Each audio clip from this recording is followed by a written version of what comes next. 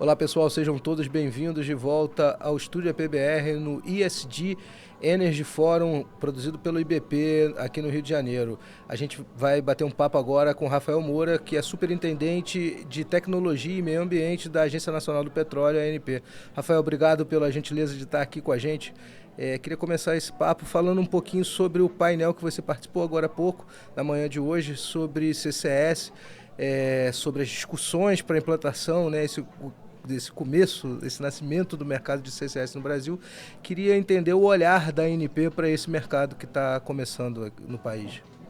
Obrigado, Felipe. É sempre um prazer estar aqui com vocês, né? Então, a gente antes estava conversando, né? Eu dizia que era eu dou audiência, sou assíduo aí nos meios de comunicação impressos e áudios também, porque sem dúvida alguma é um órgão bastante qualificado da indústria do petróleo e a gente precisa cada vez mais disso para informar e fazer a mensagem chegar, né? Sobre o painel, a gente tem uma oportunidade no Brasil de descarbonização. Na verdade, nós temos diversas oportunidades, um potencial tremendo. E no caso da captura de carbono, nós temos, primeiro, um grande potencial e sinergias com a indústria do petróleo. Nós temos uma indústria do petróleo pujante. No caso específico do pré-sal, a natureza brindou a Petrobras e as empresas que ali operam com reservatórios que têm um nível de CO2 que é alto e que a Petrobras principalmente teve que lidar com tecnologias para capturar esse carbono natural produzido dos reservatórios e reinjetar esse carbono. Então, claro que com isso a gente passa a desenvolver uma série de tecnologias com esse objetivo de captura e reinjeção de carbono e, mais do que isso, identificando os problemas de engenharia, questões de corrosão, por exemplo, para que o país tenha uma vantagem competitiva, digamos assim, em termos tecnológicos, em termos de pessoas também capazes de implementar projetos de CCS. Então, a gente tem esse tipo de sinergia de ter as tecnologias disponíveis e de ter também o know-how da atividade, né? Então, hoje, quando a gente olha os projetos, assim, a gente ainda está muito incipiente, é uma fase inicial, mas a gente pode imaginar que já tem uma demanda para a ANP de pesquisa e desenvolvimento, né? As empresas estão se movendo nessa direção. Como é que está essa movimentação para projetos de P&D no Brasil? A ANP já sente essa demanda da indústria? A gente já sente e a ANP vem fazendo um trabalho estruturante. Na verdade, no segundo semestre de 2021, a ANP colocou em consulta pública uma mudança importante no regulamento, à época, no regulamento técnico de PDI, que passou a explicitar a possibilidade de investimentos em tecnologias de descarbonização e também em renováveis, né? Dentro desse processo de descarbonização, redução da pegada de carbono da energia no país. Então, em 2022 entrou em vigência esse novo regulamento que explicitou a possibilidade de investimentos em descarbonização, em hidrogênio, projetos ambientais que aumentem o conhecimento ambiental e o resultado tem sido excelente. Nós temos uma série de projetos de várias empresas relacionados a tecnologias de captura de carbono em ambientes distintos, em reservatórios depletados, em rochas basálticas, em aquíferos salinos ou reservatórios salinos, enfim. Então, a gente já tem um portfólio bastante interessante em termos de desenvolvimento tecnológico, hidrogênio. Nós temos 25 a 30 projetos relacionados ao desenvolvimento de hidrogênio no portfólio da cláusula de PDI da ANP e, sem dúvida alguma, essa mudança estrutural ocasionou esse salto nos projetos e hoje a gente tem um casamento da estratégia das empresas de descarbonização e a possibilidade de uso desse recurso que é uma obrigação e passa a ser uma obrigação bastante agradável, porque é uma obrigação que está dentro da estratégia das próprias empresas, né? E você teve recentemente na Noruega visitando um projeto de CCS lá. Conta um pouquinho para a gente dessa experiência, o que a gente pode trazer desses projetos para os projetos brasileiros? É verdade, a gente teve na Noruega convite do consulado norueguês. Aliás, fica aqui mais uma vez o agradecimento ao consulado norueguês pelo convite, e tivemos a oportunidade de conhecer o projeto Northern Lights. Esse projeto é um projeto super interessante, em que há uma decisão estratégica da Noruega de se tornar um hub de captura de carbono da Europa. Então, nessa linha, há uma série de questões ali das empresas que se reuniram. Então, ali a Equinor, a Shell e a Total se reuniram, são as empresas responsáveis pelo site, mas com um aporte de CAPEX de 80% do governo norueguês. E mais do que isso, durante 10 anos, o governo norueguês garante o OPEX daquele site. Então, a intenção é botar aquele processo, aquele negócio de pé, para que ele seja comercial num futuro próximo, e a partir do momento em que um estado, um país ou um grupo de empresas são pioneiros, eles passam a deter tecnologias e ter uma vantagem competitiva sobre esse tipo de processo, né? Então, daí a importância de começar mais cedo, e daí a importância da gente, dentro das nossas possibilidades e dos instrumentos que o Brasil tem, como, por exemplo, a cláusula de PDI, que, aliás, hoje é o principal instrumento de mitigação de riscos para implementação de novos projetos, que nós possamos também aproveitar as nossas sinergias de PDI, aproveitar as nossas sinergias de conhecimento técnico, de pessoal, de tecnologias já superadas em razão dos desafios do offshore, do pré-sal brasileiro, para que a gente consiga também implementar o nosso hub de captura de carbono, porque a nossa indústria precisa, e não só do petróleo. Sim. A indústria brasileira, para que seja competitiva no médio e no longo prazo, vai precisar deter essa possibilidade de realizar a captura para neutralizar as emissões de carbono e permanecer competitiva, né? Fora o investimento do Estado, que a gente imagina, obviamente, que o Brasil não tem essa disponibilidade para investir como o governo da Noruega está investindo num projeto como esse, a gente ainda está aqui no Brasil discutindo também regulação, discutindo legislação para esses projetos.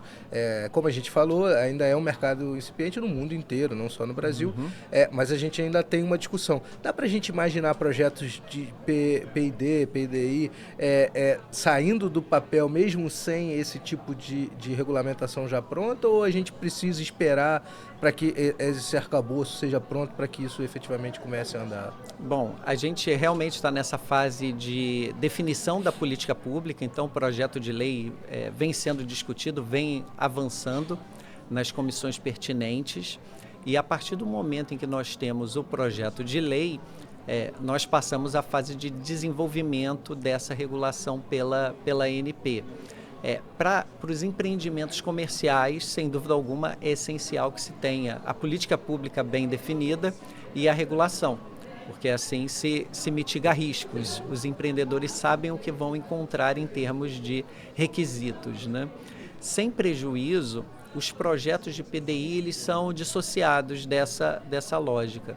Nada impede que uma empresa, claro, dentro dos requisitos de pesquisa, desenvolvimento tecnológico e inovação, desenvolva uma planta piloto de captura de carbono, uma planta piloto em que esses equipamentos vão ser testados, uma série de novas tecnologias vão ser implementadas e testadas ali, seja para acompanhamento dos parâmetros dos equipamentos, dos parâmetros desse fluido que é injetado, que circula por ali, os parâmetros de medição de vazamentos, por exemplo. Então, o estabelecimento da planta piloto, que não tem fins comerciais, tem o fim do desenvolvimento tecnológico, é perfeitamente possível e aplicável, lógico, dentro dos requisitos regulatórios da ANP.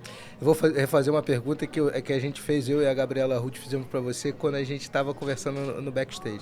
Como é que a gente faz para definir isso, a área que vai ser feito um projeto? Faz uma licitação, a empresa tem que comprovar que tem a área, e como que a gente controla o quanto e aonde está ali o CO2 está sendo injetado? Como é que pode ser feito isso? Bom, eu vou separar a questão da atividade regulada, que a gente não tem hoje, do PDI, para ficar bem claro, né? Do ponto de vista da atividade regulada, a política pública precisa definir qual vai ser um instrumento de outorga. Uma autorização, uma concessão, enfim. Então, há uma definição dentro do processo de implementação, de definição e implementação da política pública. O monitoramento em relação a onde o CO2 vai ficar, há tecnologias para acompanhamento dessa pluma, que são sísmicas ao longo do tempo, que nós chamamos de sísmicas 4D. Que é muito usado no pré-sal. Que é absolutamente utilizada na indústria do petróleo para o acompanhamento do varrido dos reservatórios, né, e do comportamento desses reservatórios, para que se garanta que aquela pluma de CO2 caminha na direção em que foi projetada ou simulada. Mas isso depende muito também do tipo de tecnologia, se é um reservatório salino, se é um reservatório depletado. Há processos de mineralização que estão sendo estudados também, então que o carbono se torna um mineral, por exemplo, em interação com rochas basálticas, enfim. Então, o acompanhamento depende muito do caso a caso, do tipo de projeto que é implementado. No caso do PDI, o requisito para se implementar uma planta piloto é que simplesmente a empresa detenha a propriedade daquela área. Então, por exemplo, um projeto de PDI dentro de uma área de concessão, uma planta piloto de captura de carbono dentro de uma área de concessão. Então, a empresa já detém a concessão por aqueles anos. Se o andamento do projeto estiver dentro daquele período da concessão, não tem problema algum. Caso contrário, a empresa tem que ter uma cessão de uso, por exemplo, daquela área, se for uma área privada, um aluguel, um contrato de aluguel para que desenvolva esse projeto. Esse é o requisito, é muito simples, claro. Falando de um projeto de PDI dentro de uma área de concessão. Esse investimento, uma área de concessão tem um plano de desenvolvimento e tem investimentos associados a esse desenvolvimento, previstos nos instrumentos da ANP, no PAT-PAP. Esses são investimentos que fazem parte do desenvolvimento. Então, esses investimentos não podem ser substituídos por investimentos de PDI. Eles não são investimentos de pesquisa e inovação, fazem parte de um desenvolvimento comercial. Mas novos investimentos que envolvam o estabelecimento de plantas piloto podem ser feitos perfeitamente. Legal. Rafael, você está agora comandando a Superintendência de Tecnologia e Meio Ambiente. Até brinquei com você agora há pouco, dizendo que é o começo da Superintendência de Transição Energética da ANP. O que mudou aí nessa reconfiguração da Superintendência? Essa é um ótimo ponto, que de fato a agência optou por antecipar uma estratégia de trazer o meio ambiente, a área de meio ambiente, para dentro do PDI, da área de pesquisa, desenvolvimento tecnológico e inovação, para que nós pudéssemos, dentro de uma estratégia integrada, prever esses investimentos em descarbonização, investimentos em sustentabilidade, ESG e renováveis, num contexto de um portfólio integrado. Então, já faz parte da estratégia da maioria das empresas a migração dos investimentos de PDI para a área de renováveis. Algumas empresas já superaram os 50%, então investem mais de 50% em renováveis do que na própria área de EIP ou de produção de petróleo e gás natural. E nesse sentido é um movimento natural que acompanha essa mudança de mercado. Isso é importante. É muito relevante ter um regulador ágil que acompanhe as mudanças de mercado para que a gente possa regular essas mudanças da melhor maneira possível. Sem esquecer, claro, a indústria do petróleo. Dentro desse processo, tendo o meio ambiente, a interlocução também com os órgãos ambientais. Então, eu, na SSM, na minha área anterior, onde eu trabalhava anteriormente, nós tínhamos essa interlocução com os órgãos ambientais que nós estamos trazendo para dentro do PDI justamente para ter uma interlocução propositiva. de entender dos órgãos ambientais aqueles estudos e aquele portfólio ambiental que é necessário para nós aumentarmos o nosso conhecimento ambiental, inclusive para facilitar o processo decisório de licenciamento, independentemente do seu desfecho, mas que nós possamos ser geradores de conhecimento ambiental para que as autoridades, os órgãos licenciadores possam tomar as suas decisões baseadas em estudos. Essa é uma situação que hoje em dia está sendo muito cobrada, né? A atuação da agência e da indústria como um todo no licenciamento e discutindo projetos, discutindo conhecimento, né, para o licenciamento. E essa atuação de vocês é importante, né, para clarificar essas questões. Né? Sem dúvida alguma. Então a ANP tem esse privilégio de ser a gerenciadora de um portfólio, de ter uma visão integrada. Cada empresa, claro, gerencia o seu portfólio, faz as suas propostas de projeto e tem a sua estratégia. Mas a ANP tem essa capacidade de conexão, de conectar projetos interempresas, interinstituições de ensino e fornecedoras, para que a gente possa otimizar o uso desses recursos e também, a partir dessa interlocução com os órgãos ambientais e outros entes da administração pública, fazer com que esse portfólio fique mais claro exposto. Quais são aqueles estudos que são necessários para que nós tomemos decisões do ponto de vista ambiental no país. Então, sem dúvida alguma, essa mudança estratégica vai além da questão da transição energética, né? Também fica associada a gente à eficiência energética e a gente, como diz o painel, né, em que nós participamos ontem, né, máxima energia com mínimo de emissões. É isso que a gente busca dentro dessa estratégia. Legal. Rafael, mais uma vez agradeço a sua gentileza por abrir um espaço na agenda e estar aqui com a gente.